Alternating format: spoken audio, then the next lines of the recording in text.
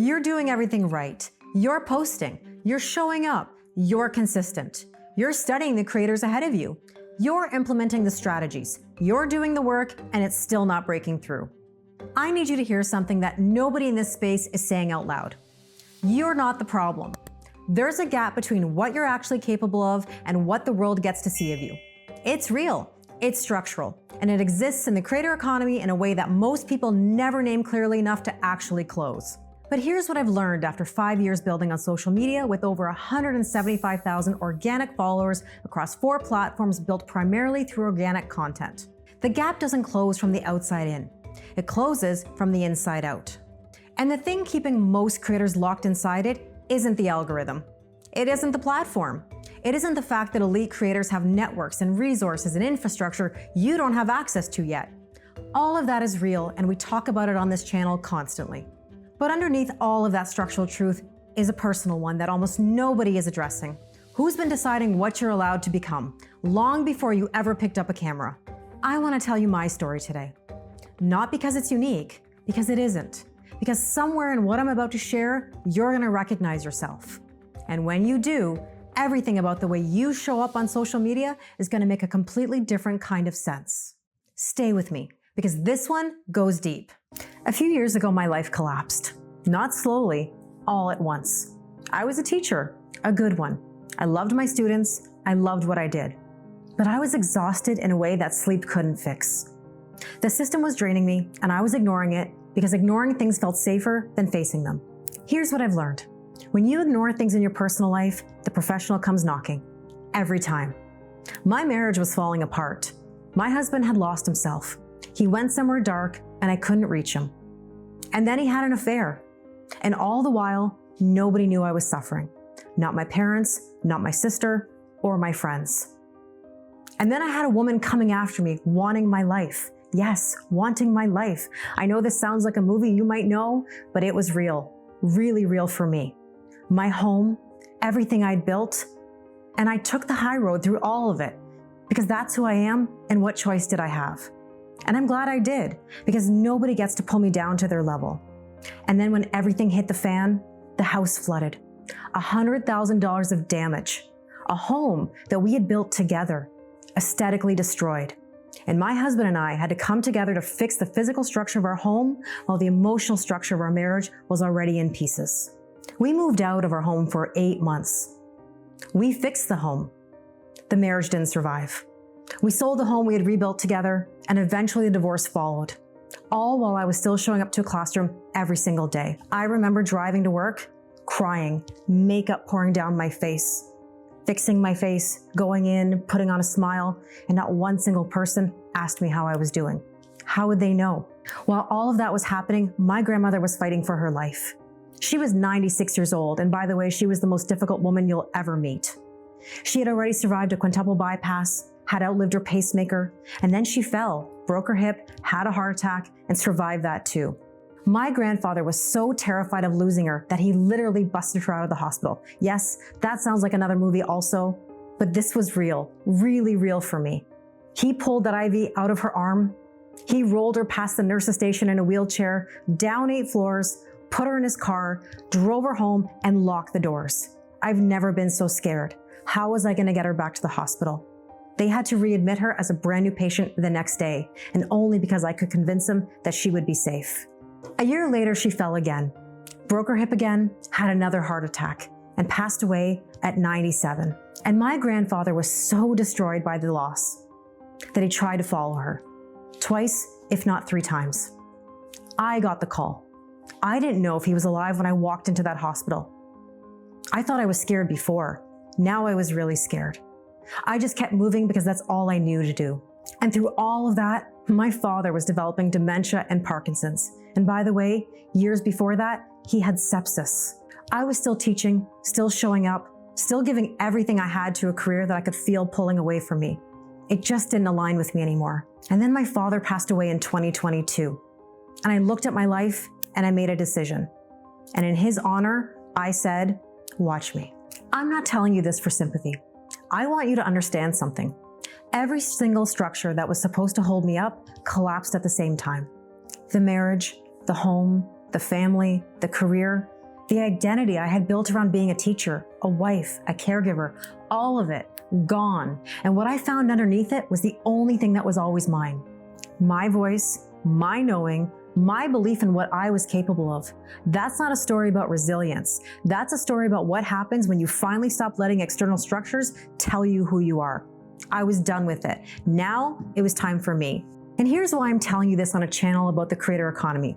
Because what I just described is happening to mid-tier creators right now, in slow motion, every single day. The algorithm changes, the reach disappears, the framework someone sold you stops working.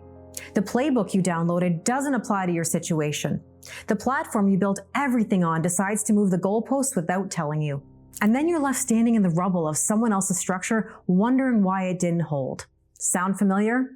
Here's what I've come to understand, and this is the thing nobody is saying. The platform is the parent. Think about what that actually means. Your parent is the platform.